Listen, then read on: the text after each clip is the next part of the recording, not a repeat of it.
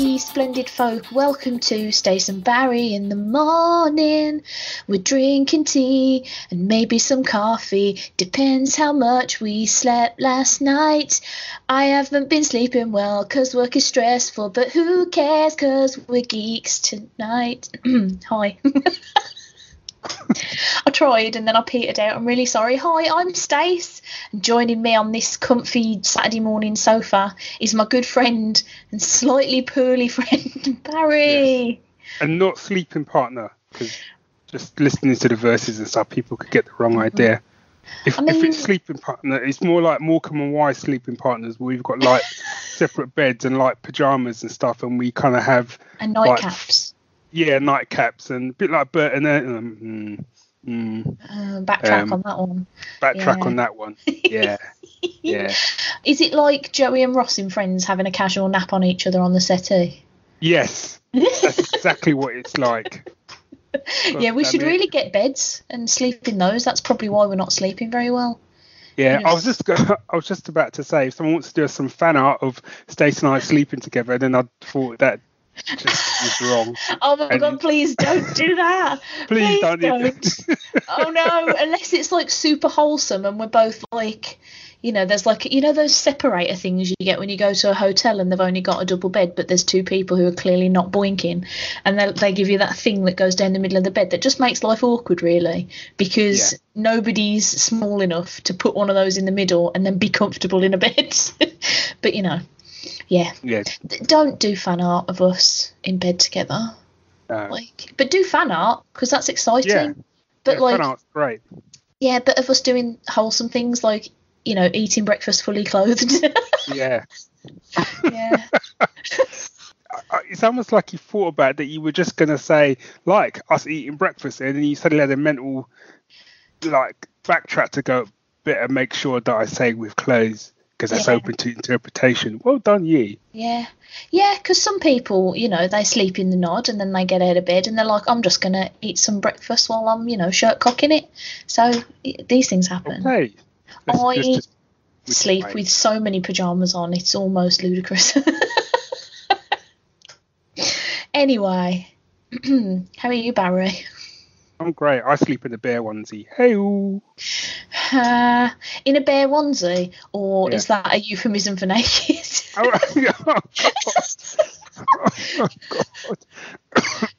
Oh, sorry, I set off the cough. You did, didn't you? I know. Did you say set off the cough? I did say set off the cough. What did you think? It doesn't did you think matter. I said cock? It doesn't matter. It doesn't matter. Look, you know what? Musical musician, something. Pick a fortnight, anything. Oh god. Shit, I need to do a theme tune. I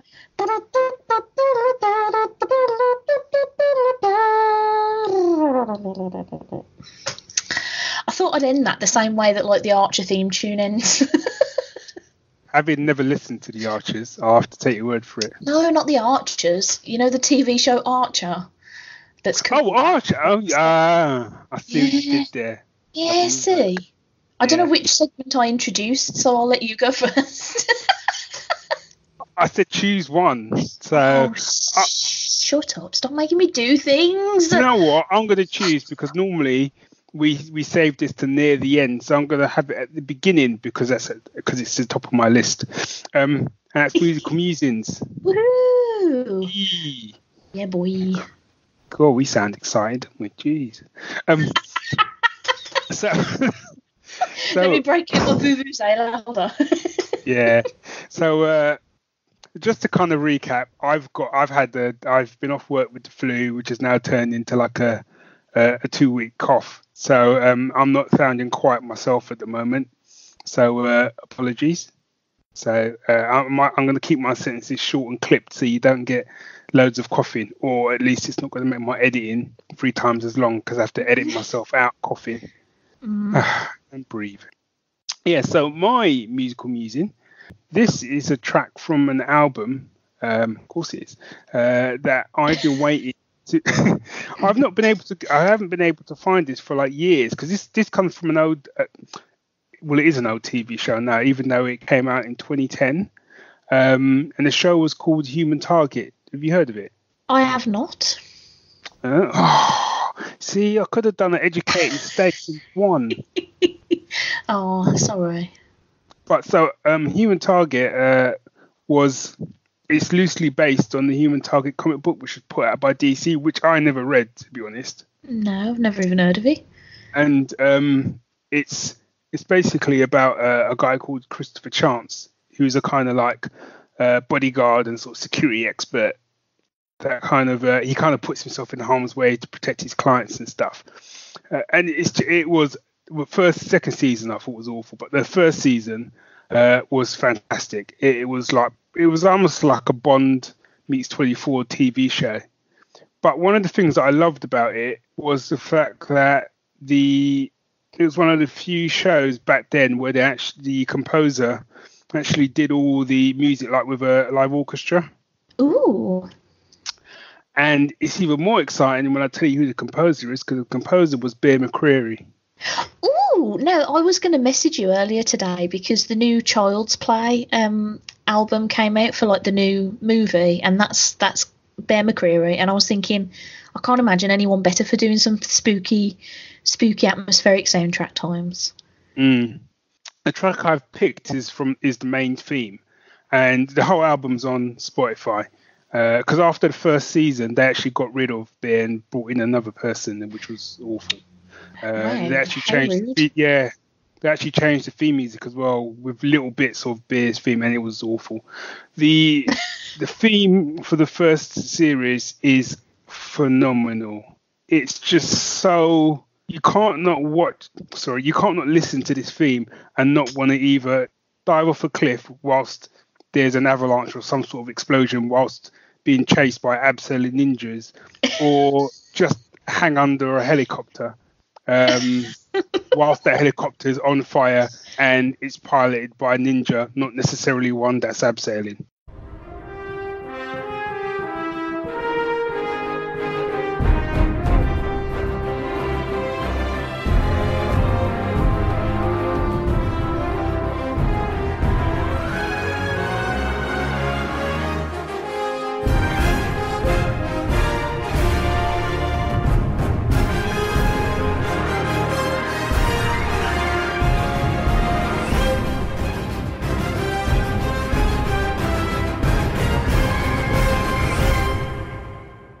Wow, that's quite a rousing endorsement of a song. Rousing, that's the word. Rousing. It's awesome. Nice. I'm going to have to check that out. I'm making a note in my notepad in case you can hear scritchy sounds, so that I remember to look this up later. Yeah. You should also, if you can get hold of the first season, you should check it out. It's also got, did you ever see the Watchmen film? Yeah. The guy who played Rorschach. Oh, Jackie. Yes. It's three names, Jackie and I can't remember. L. Haley. There you go. I knew it was a combination of three names, and I thought I'm gonna fuck this up. He works with Christopher Chance. He's an ex-assassin and stuff, and he's brilliant in it as well. So yeah, it's awesome. I've got to say, Christopher Chance is a brilliant name. It is, isn't it? I kind of put Stacey Taylor to shame a little bit. I'm not even going to say Barry Nugent in the same breath. Well, no, but Barry Nugent's cooler, I think. That could be like a sort of spy-related name, I think. Would it? Yeah, I think so. Yeah. You don't sound convinced. No, I'm not convinced. Thanks anyway and all that, but... Well, I tried, didn't I? I tried. That's the important thing. Yeah, exactly.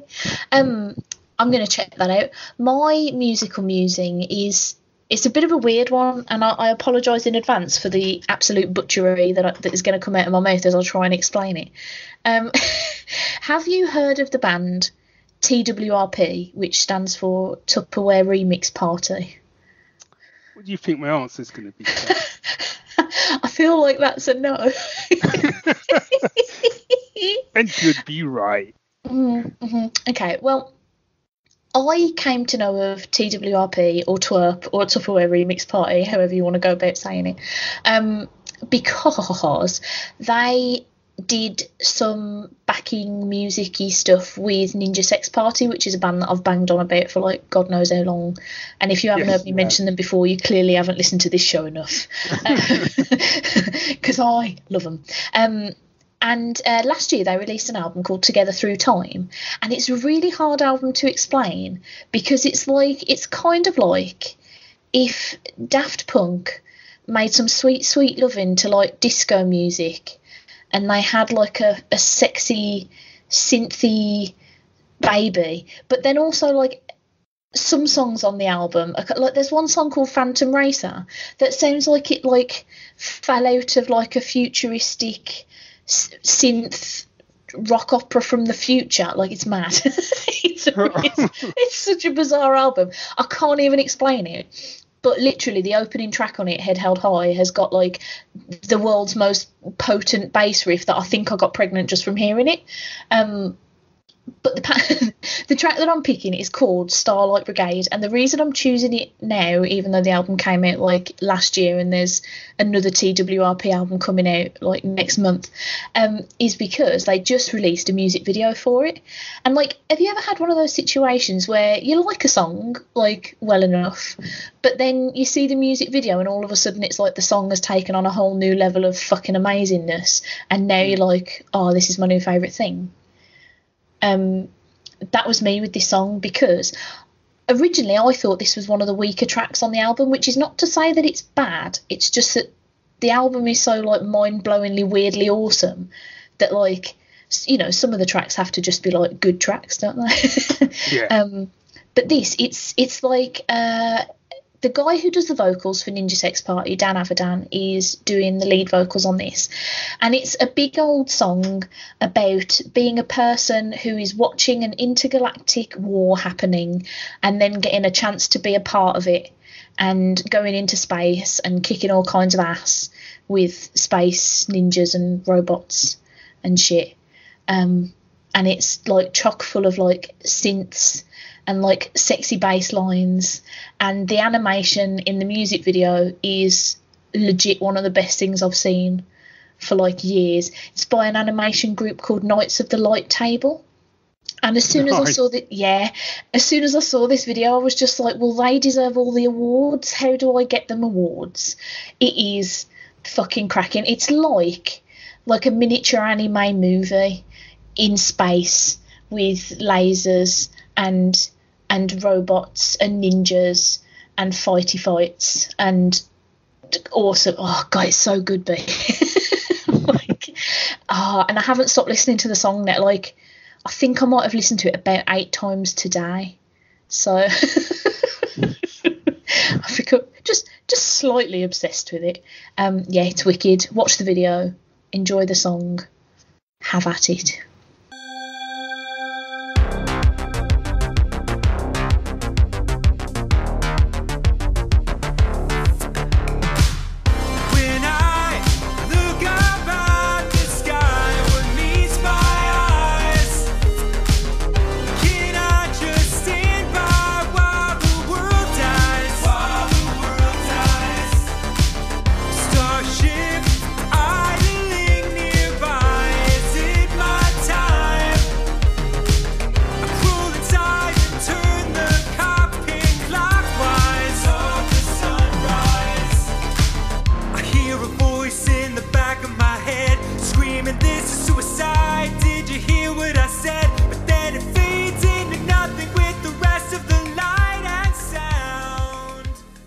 Nice.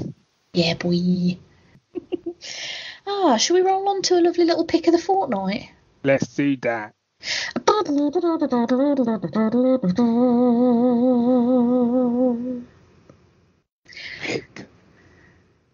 of the fortnight. Sorry, did I just ruin your career? I mean, I was going for more ominous, just leave the one word hanging, you know, but, you know, obviously for the more stupid among you, you've now got the full title. Yeah. What's your pick of the fortnight, Barry? My pick of the fortnight, even though it is a pick of the fortnight, I've just realised that the second episode of this TV show has actually come out and I haven't watched it yet. Gas. So have you heard of? Have you heard? Sorry, it's called Year of the Rabbit. Oh, no. Is this a Matt Berry vehicle? Yeah, I'm not really aware of. I haven't really been aware of Matt Berry. He's one of them people that everyone sort of talks about, and I sort of just look blankly and go, yeah, and yes, Okay. it is. Okay, so I haven't watched it yet, so don't say anything too spoilery, because I absolutely am going to watch it, because I am one of those people that always goes on about Matt Berry. I fucking love him. I can read you the blurb, and the blurb doesn't really give anything away. Okay. So, the Rabbit is Detective Inspector Rabbit is a hardened booze hound who's seen it all. Rabbit's been chasing bad guys for as long as he can remember, but these days his heart keeps stopping in inopportune moments. Set in the dark heart of Victorian London, Detective Inspector Rabbit, portrayed by Matt Berry, teams up with his hapless by-the-books partner Strauss and the ambitious daughter of the chief of police to fight crime as well as rub shoulders with street gangs, crooked politicians, and the Elephant Man. Yeah, I'm game. You're down. I mean, so just to show you how easy I am to cater to, someone basically compared this show as. Did you ever watch a show called Ripper Street, or were you aware of it? I was aware of it. I've not watched it. Okay, it's a brilliant show, but that's by the by. And you probably didn't watch The Sweeney back in the day, but are aware of it. Okay, so this may mean very little to you, but someone said to me this is a cross between a piss take of Ripper Street and The Sweeney, and I was like, I'm all in.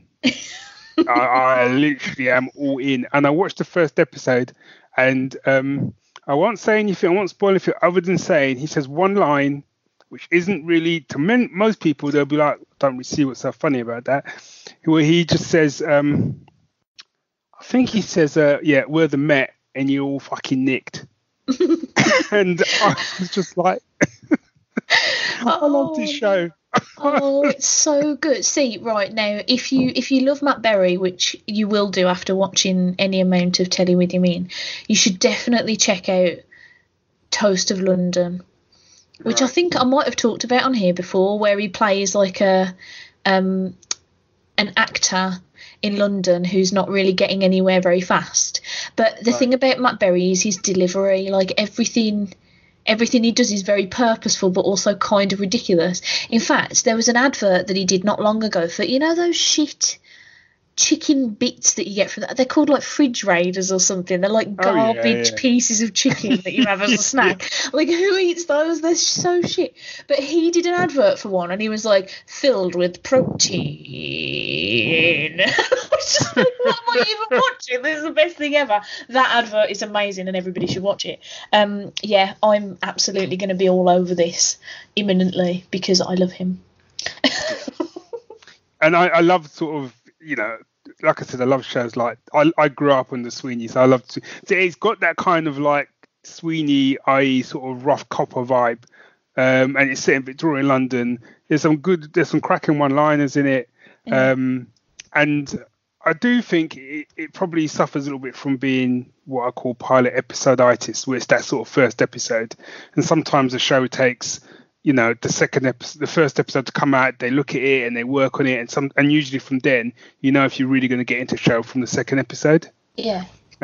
Which is why I'm really keen to sort of check out the second episode. But to be honest, regardless, if the quality stays at the same level of the first episode, I'll be happy.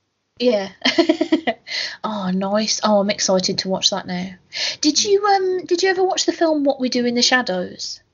No, nor have I watched the TV show. Oh, the TV show, the first series just finished, and it is so good. Again, Matt Berry's in it. It is like, the best way I can sell that is to say that if you liked the film, you will love the TV show, because it is just way more of the same, but brilliant. But yeah, he's just I imagine that any time you do like a like a read through of anything with Matt Berry, people must be like literally pissing themselves laughing. I can't imagine going through line readings with him and not just wetting myself. Like, oh god, he's got just the world's best voice. I think it might be the best. Yeah. Oh, I'm gonna devour that. You've just reminded me that it existed, and now I need to get it in my eyes. I know. That's my plan after I've finished recording, to go and watch that. That might be my plan too. Nice. Woo! My pick of the fortnight is technically a little bit more than a fortnight old, but it's been a while since we recorded, and I haven't seen anything better since, so I'm having it. Fair enough. Basically, I'll bend the rules. I don't care. I'm a rebel. It's a film. So you roll. Yeah, boy. It's a film called Booksmart. Have you seen it? No. Okay. So, have you ever seen the film Superbad? Yes. Okay, so this is like Superbad if it was better and if it was girls. Okay. So it's about two girls who are about to graduate, and they're very, very, very, very, very intelligent girls. They're obviously going to do very well. They're going to go to like Harvard and all sorts of shit. And they suddenly realise that actually, despite the fact that, you know, yeah, they have got good grades and yeah, they are going to go to Harvard and whatnot, they haven't actually done anything that you would remotely call, say, fun. And after finding out that a lot of the other students who they all thought were shit because they, you know, drank a lot and partied and stuff, after they find out that they've also got into places such as Harvard and Yale and whatnot, they're like, oh, maybe we should like try and cram like a high school's worth of living into this night before we graduate. So they decide to go off and try and like go to a party, and hijinks ensue. And it's like, it's one of those films that doesn't really have any right being as good as it is, if that makes sense. Like, yeah. you hear that premise and you think, yeah, I'll get a couple of laughs out of that. It'll be an enjoyable, you know, couple of hours. I won't have to think too hard about it. Fine. It is ludicrously funny. Like ludicrously so. And also really smart. And yeah, like we came out of the cinema and Phil, our good, not Cockney friend Phil, he actually said it's such a shame that came out the same year as Avengers Endgame, because otherwise it would have been my top film of the year so far. That's wow. Yeah, that's how good Phil thought it was. And I was pretty much on the same train as Phil, except, you know, I also kind of rated Captain Marvel and Shazam as highly as Endgame, but that's where me and Phil differ on films. Yeah, it's really good. It's really funny. It's got a good soundtrack. It's a good it's nice to watch a film as well about like smart women doing slightly daft things. And also there's a fat bird in it, and there's no like, you know, palaver about her being fat, which is also nice. So I enjoyed it. It's a good film. Good film. 2 thumbs up from Stace. Cool. Have we got time for another segment, Barry, or have we talked too much? We may have talked too much. Oh, okay. Shall I? But no, I think no, because actually this won't take long. Which will be my little discussion. Oh, okay. Do we have a title for this segment, or shall I just toot and we'll carry on? Little discussion.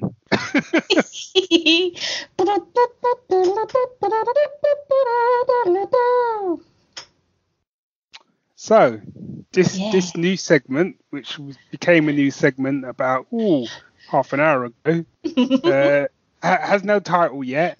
So anyone listening want to come up with a title for this segment, which we may never do again, by all means, take the time, email it in along with an attachment of the aforementioned fan art that we talked about at the beginning of the show. Just no nakedness, wholesome please. Fan art. Wholesome fan art.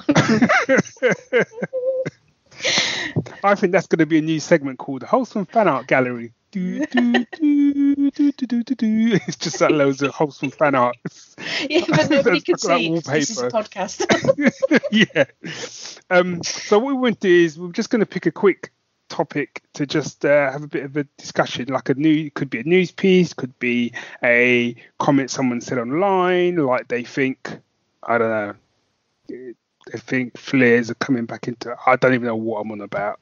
So I'm just going to get to the topic that I wanted to talk about. So, Avengers Endgame is being re-released. Have you heard about this? I have, yes. Oh. No, go on. I say I've heard about it. What I mean is, somebody said to me, "Did you know Avengers Endgame is getting re-released with extra footage?" And I was like, "What?" And then I didn't do any further looking into it because I've been really busy. To be honest, that's pretty much it. Okay. Well, like I don't know how I feel about this because I had a quick chat with Rich about it, who he's way better at being on the pulse of geeky stuff than I am, and I don't know why I've got like 73 podcasts and he's got none. But he said it's actually just like a little like post-credits nugget. There's nothing actually extra in the film. I don't know how true that is. Everybody blame Rich if that's not true. But if that's the case, then I don't think I care. Because, like, what ifs? Well, basically, what they're saying is, God, people outside, wish you'd shut the fuck up. Yeah, shut up, you noisy cunts. Yeah.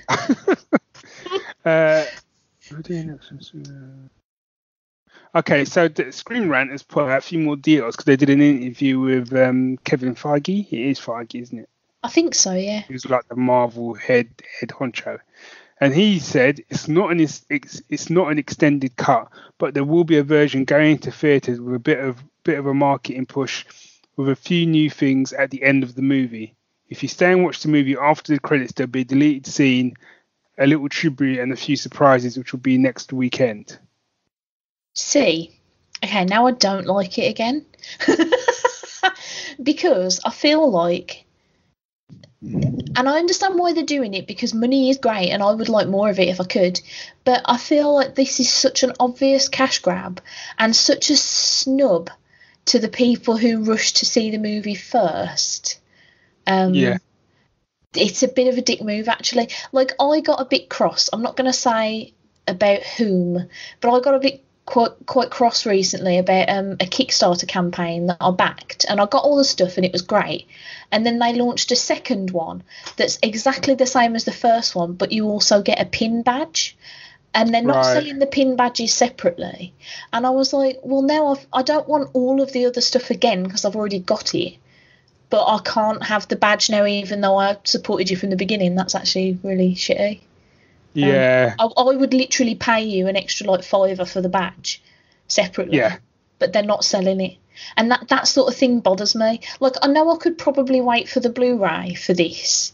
But there's going to be a lot of people who are going to really want to see that before it gets spoilt for them, or to see it on the big screen. And yeah, that's just such a cash grab.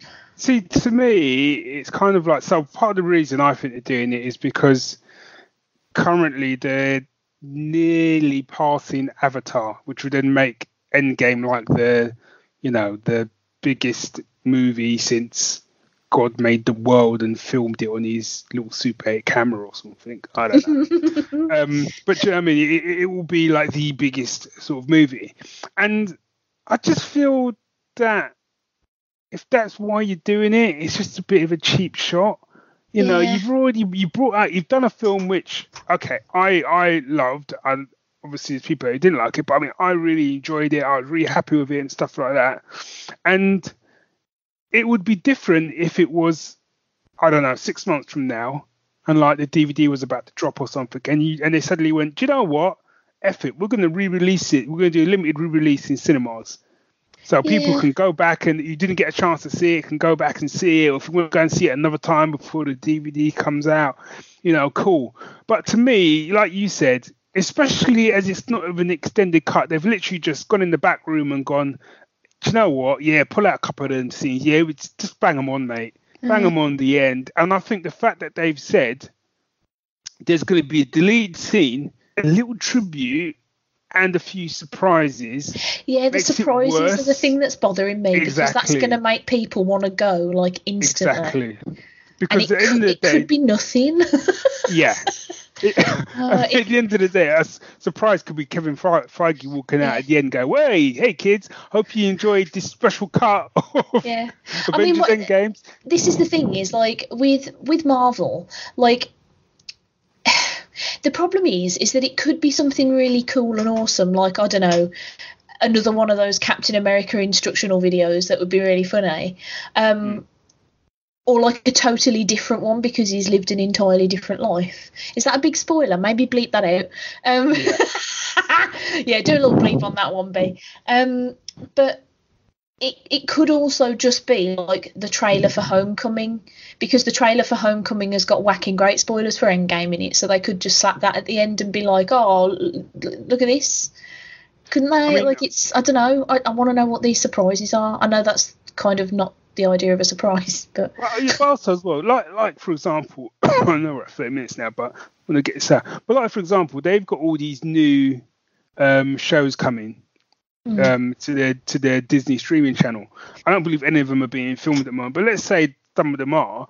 If the surprise was going to be like a first look at those shows, and they said that might be enough to get. It wouldn't be enough to get me to go and see it again.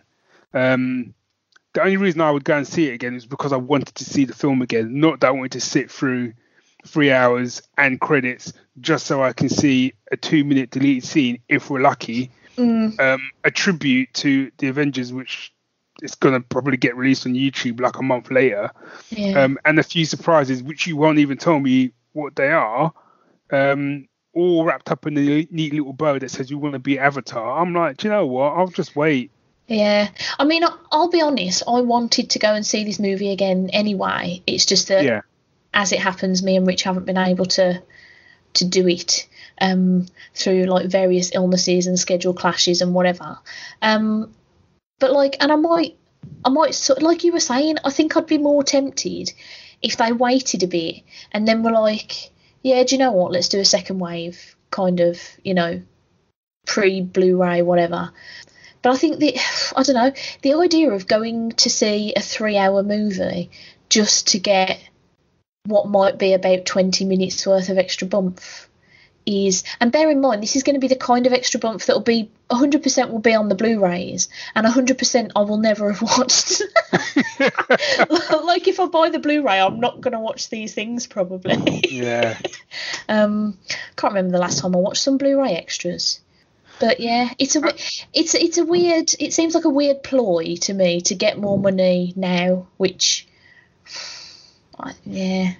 My worry is as well, sort of, you know, which is why I kind of want to talk about is my bigger concern is that if this is successful, i.e., you know, it makes even a ridiculous amount of money when they bring this out, that other companies might start to go, ooh. We can double dip this film. Yeah, I mean, it's a difficult one because that wouldn't necessarily be the worst thing in the world. Because I know there's been films that like I've really wanted to see, but you know, schedules or whatever, I haven't been able to. So the idea of them re-releasing it again like a month later or something would actually be pretty great, because there's been a lot of stuff I haven't seen at the cinema that I would have loved to have seen on a big screen. But to package it, the problem that they'll have is if a lot of movies start doing this as like packaging another movie a month down the line as like, oh, this one's got extra shit in it, then people won't go to see the first version either. Like, if, you know, a lot of people that watch these sorts of things have got kids and jobs and stuff that means that they can't necessarily rush out to the cinema twice in a couple of months to see something, so they'll just wait for the one with all the extra shit in it. Well, you run the risk of it being, you know, like you say, like the Lord of the Rings. I mean, people did go and see Lord of the Rings the first time around, but you know, people when the DVDs were coming out, I certainly after the first one, when they brought out the extended edition, I was like, right, that's me done. I'm not going to buy the other ones. I'm going to wait until the extended editions come out because that's the one I want. And like you say, you run the risk of people sort of going, well, to be honest, I might as well hang on a month until they bring this out again with some extra stuff on it. I agree with you. When I was a kid, they used to always re-release films. Sometimes they'd re-release them like a year later, like the following summer, to sort of go, you can go and they'd do double bills and stuff like that. And that was really cool. So I quite like the idea from that perspective, but yeah, just Yeah. the rest of it just feels like a cheap cash grab, and that's me done. What I would quite like with Marvel movies, and I know this would really only work with Marvel movies, is for them to release the previous one again just before the next one, so that people who might have, say, missed Black Panther could still catch that and then go and see the next one. Do you know what I mean? Yeah. Like, yeah. That's just me being demanding. I just want everybody to do what I want, all right, Marvel. Yeah. You bastards. On that note, happy breakfast, everyone. Yeah, happy breakfast, not to be confused with a happy Brexit. Hey, all. A happy breakfast sounds like a euphemism again. Let's back away from that. If you want to send some very, very wholesome fan art, you can do us a tweet at Stacey's Parlour and at Geek Syndicate, or you can send them to staceandbarry@gmail.com, or, I don't know, put them in the comments on Geek Syndicate. I don't know, can you put pictures in comments? I don't use websites very much. You can, or you can, do you know what, just email. Email or on Twitter. Yeah. Or fold it into a paper aeroplane and lob it out the window and hope it gets to us. Yeah, that'll work. It might work if it's somebody next door to us. You don't know. Anyway, on that note, Barry, get better soon, and everybody else have a bloody brilliant Saturday. Why don't you? Yeah. Have fun. God, that sounded really monotone. I was going to say, it's like, yeah, you all have fun while I'm here dying of this cough. Here, take my lung. Bye, everyone. Bye.